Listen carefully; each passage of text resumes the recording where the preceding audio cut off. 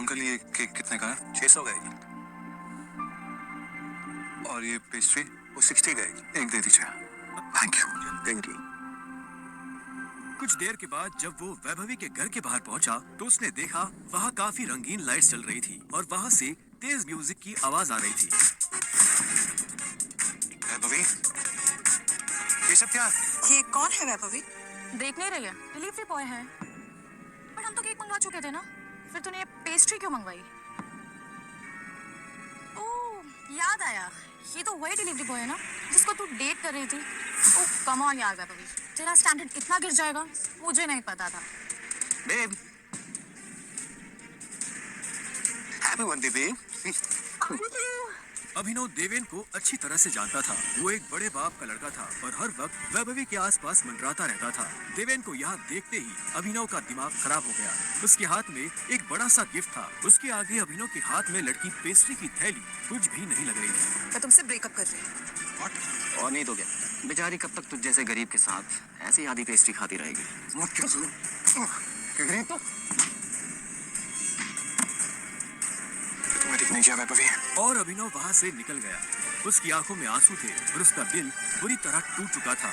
हर घूंट के साथ उसकी आंखों के सामने वो दृश्य आ रहा था जिसमें देवेन वैभवी के गालों को चूम रहा था।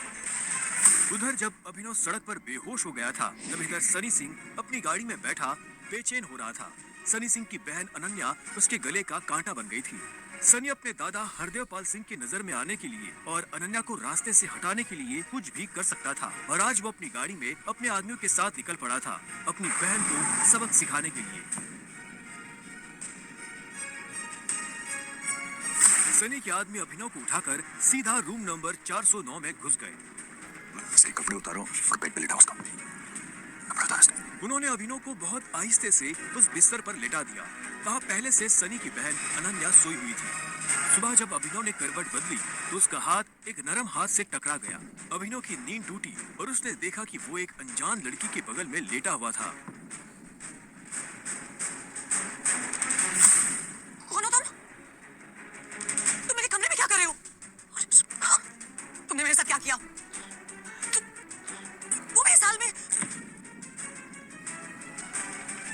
छी छी छी छी छी छी छी। शेम ऑन यू बहना। मुझे तो तुम्हारे पर हमेशा से डाउट था। कितनी बार मैंने दादाजी को समझाया, बोला, पर हर बार बोले मेरी अनन्या ऐसा नहीं कर सकती। लो, कर दिया तुम्हारी अनन्या ने ऐसा। अब पता है दादाजी को उनकी पोती की ये चल रही है इनका से लाइव टेलीकास्ट दिखाने के लिए मैंने उन्हें यहाँ बुला लिया।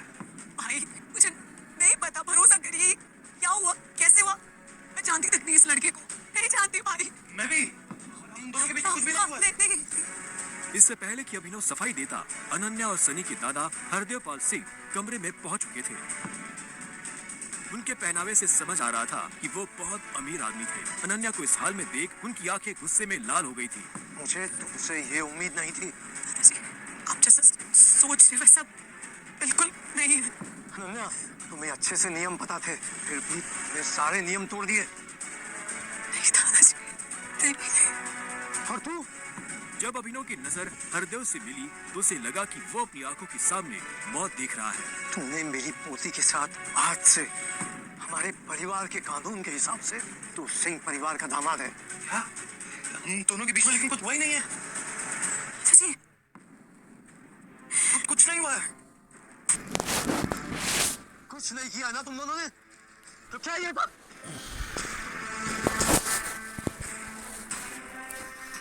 इससे पहले कि अभिनव कुछ समझे, हरदेव के आदमियों ने उसे मारना शुरू कर दिया था। अभिनव हरदेव की उम्र का लिहाज कर रहा था, इसलिए उसने अपने आप को रोक लिया था। अनन्या, इसे हॉस्पिटल भेज देना ताकि शाम को अकरम की पार्टी में आने के लिए ठीक ठाक से तैयार हो जाए। और याद रखना, मुझे शाम को अकरम की पार्टी में ये तुम्हारे साथ जरूर नजर आना चाहिए।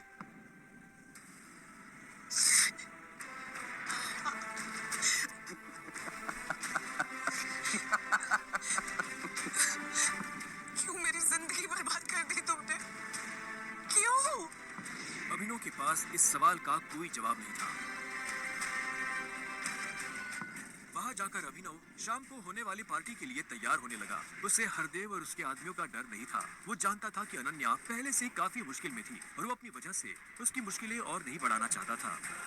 अभिनव के पास ले देकर सिर्फ एक ब्लेजर था, वो भी उसके पापा का। वो जगह जगह से फटा और उधरा हुआ था, लेकिन जब अभिनव ने उसे पहना तो उसकी खूबसूरती ने ब्लेजर की सारी कमियां ढक दी। अभिनव का अंदाजा सही था, अनन्या का घर काफी बड़ा था। वो एक अमीर परिवार की लड़की थी। जितना अभिनव महीने का कमाता था, उतने की अनन्या ने सैंडल्स पहनी हुई थी। अनन्या की आंखों में दिख रहा था कि वो अभिनव से कितनी नफरत करती थी। अभिनव भी पार्टी में इतने बड़े लोगों के बीच जाने से घबरा रहा था। उसी घबराहट में उसने कब अपने पापा की अंगूठी को उंगली में गोल गोल घुमाना शुरू कर दिया, उसे पता ही नहीं चला।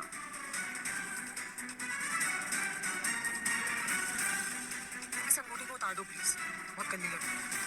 सॉरी पर ये अंगूठी मेरा सब कुछ है। अकरम का घर किले जैसा था, जिसके चारों तरफ बाउंसर्स बंदूकें लिए खड़े थे। जैसे ही अनन्या और अभिनव अंदर आए तो इतने में उसकी नजर देवेन से टकरा गई। यहाँ क्या कर रहा है साले? It's my husband. अनन्या पागल हो गई हो तुम? इस सड़क छाप में ऐसा क्या देख लिया? किससे शादी कर ली? भगवान संभाल के बात कर। नहीं तो क्या कर लेगा तू? बोलना, क्या कर लेगा? देवेन भी तैश में आ गया। अभिनव उसके ऊपर हाथ उठाने ही वाला था। इतने में उन दोनों का झगड़ा देख पार्टी का ऑर्गेनाइजर अकरम वहाँ पहुँच चुका था। क्या हो रहा है यहाँ?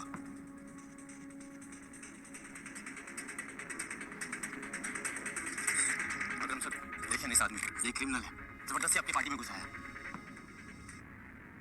इधर आओ। कौन हो तुम और यहाँ कैसे आए? Actually, ये मेरे पति है। अकरम को अनन्या की बात पर विश्वास नहीं हुआ। तुम इस पार्टी में इनवाइटेड नहीं हो। इससे पहले कि मैं पुलिस को बुलाऊं, चले जाओ यहाँ से। Thank you Akram sir. Ananya, तुम भी इससे दूर हो, साला गरीब कहीं का। रुको। अकरम भागते हुए अभिनव के पास गया और उसकी अंगूठी को देखने लगा। मुझे तुमसे कुछ जरूरी बात करनी है, अकेले में। अच्छा, चलो।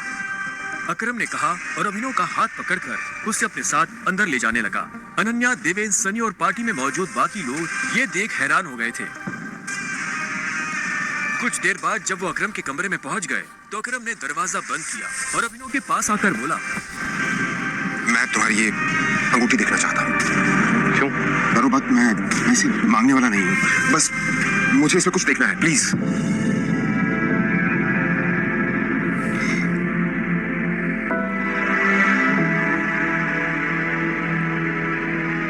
टाइगर? टाइगर? अभिनव ने अकरम के मुंह से ये शब्द सुना तो वो हैरान हो गया। उसे अचानक से अपने पिता के वो आखिरी शब्द याद आ गए जो उन्होंने अभिनव से विदा लेते हुए कह दिए थे। लेकिन अभिनव हैरान था। उसे समझ नहीं आ रहा था कि अकरम ये सब कैसे जानता था। आखिरकार मैंने तुम्हें ढूंढ ही लिया टाइगर।